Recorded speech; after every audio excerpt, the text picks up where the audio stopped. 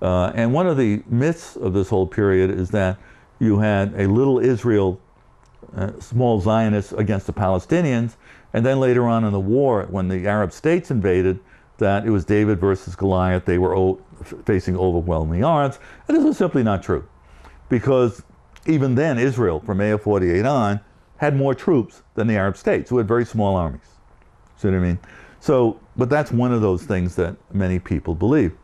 When you had the Arab state invasion, Egypt, Syria, you had Iraqi troops, you had some Saudi, the Lebanese did very little. And you had the Transjordanians. This will become Jordan, which includes the West Bank after 1948. Well, when they invaded, there was no coordination because no one trusted Abdullah of Transjordan because he had been dealing with the Zionists in sort of what we might call a non-aggression pact. Although many Israeli historians deny this vociferously, there clearly were discussions and agreements. And although maps show that when you have this attack, you have what we call a Transjordanian attack against Israel, in fact, there was really no attack per se. They were holding on to positions in the West Bank, but where you did have conflict was over Jerusalem. But the Israelis were able, the Zionists, well, they were Israelis after May 14th. When they were confronting the Egyptians, for example, or other people, they really didn't have to worry about their backs in terms of where the Jordanians were, because the Jordanians weren't going to attack them. While the war was going on, the Zionists increased their ethnic cleansing operations. Villagers were expelled en masse, and massacres occurred in many places. The villages of Hula, Saliyah, and Bassa were but a few to suffer such atrocities during 1948.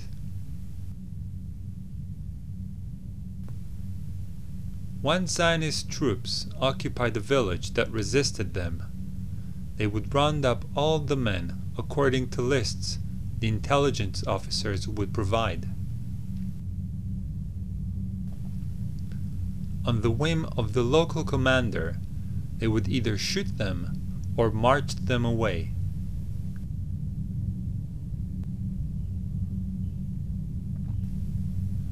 The biggest expulsion and massacre happened in the city of Lid Ramle. 50,000 people were expelled from the city in a single day. 426 men, women, and children were killed by the Zionist forces.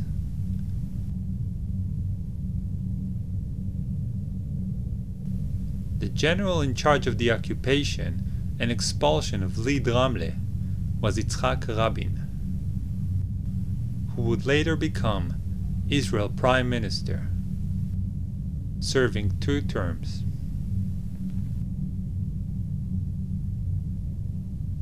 In 1948, the Chicago Sunday Times reported on the Israeli tactics.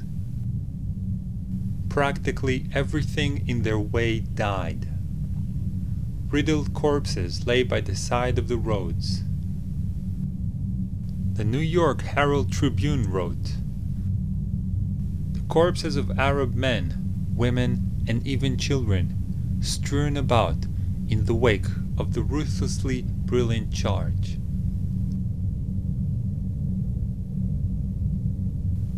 The London Economist reported, "The Arab refugees were systematically stripped of all of their belongings. Then, they were sent on their trek to the frontier."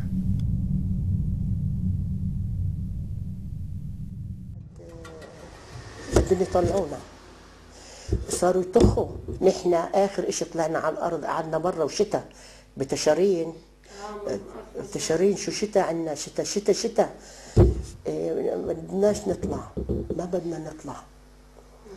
اجوا الجيش صفونا، انا بحكي عن بيت اهلي يعني، صفونا كلياتنا هيك وبدهم نرجعون. صرخت لهم امي قالت لكم دخلكم، نحن بنطلع بنقعد بالشتاء برا وما تقتلوش. فاتوا على البلد هاجموها اخر هجوم، لاقوا غير الختياريات ما كانوش كم وحده، لسه متخبيات بالبلد محل هيك تبان هذا بحطوا فيه تبن للبقر بخزنه. لسه متخبي هو مع الختياريات. ولد عمره 16 سنة ياسر علوطي اسمه. كانت دارهن هون عند حارة المنزول. هسه اطلعوا معهن مع النسوان، طلعوهن لما استهدوا عليهن، طلعوهن هن ماخذينه لغاد شوي طاخينه. كيف كانت البلد لما رجعتي؟ متذكري كانت فاضي؟ شو وهري، شو فاضي. عم بقول لك اول ما رجعت فتنا الطريق من هون ماشيين، وميلت على هذا البيت اشوف شو صار فيه. بعد القتلة في الارض والكلاب عم تاكل فيه. كان طفل بين ايديهم ياكلوا فيه. فاتت وراي مرت خالي قالت له بدك اطلعي شو هتشوفي؟ بتقدريش يا كتيبة الغلبة قالت لي الا تفوتي اطلعي. قعدت مدة احلم فيه هذا الولد كيف كانت حالته. The Arab armies succeeded in occupying several remote Jewish settlements for a few days.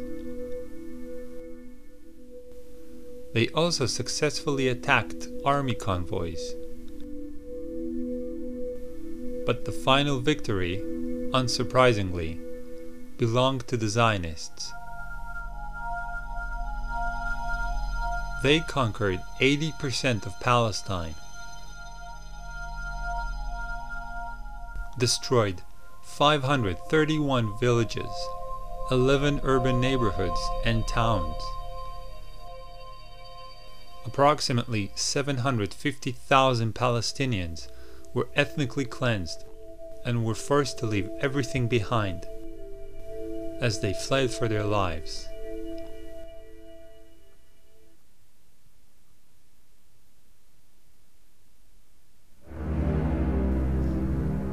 However, the ethnic cleansing didn't stop in 1948. It just shifted gear.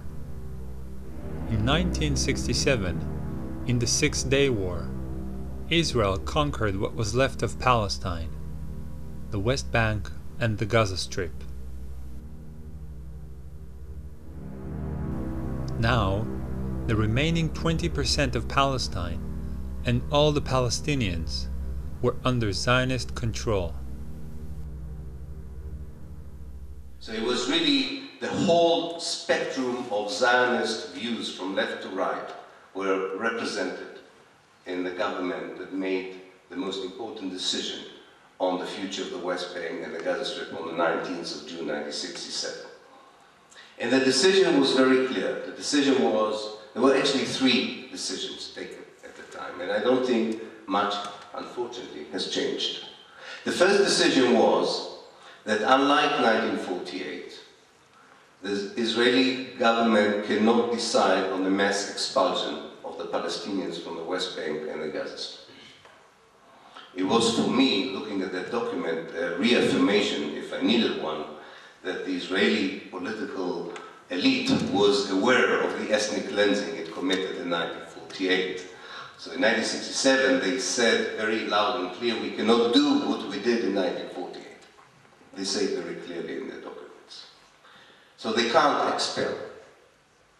Not that it prevented them from expelling hundreds of thousands of Palestinians from the West Bank in particular, but also from the Gaza Strip. But this was not similar to the ethnic cleansing of 1948 because it was not a systematic mass expulsion of the people from their country. It was expulsion of locations according to different strategic considerations of the Israeli army that wanted to downsize the number of Palestinians under Israeli control. So the first decision was not to continue the ethnic cleansing of Palestine in the same way that it was committed in 1948.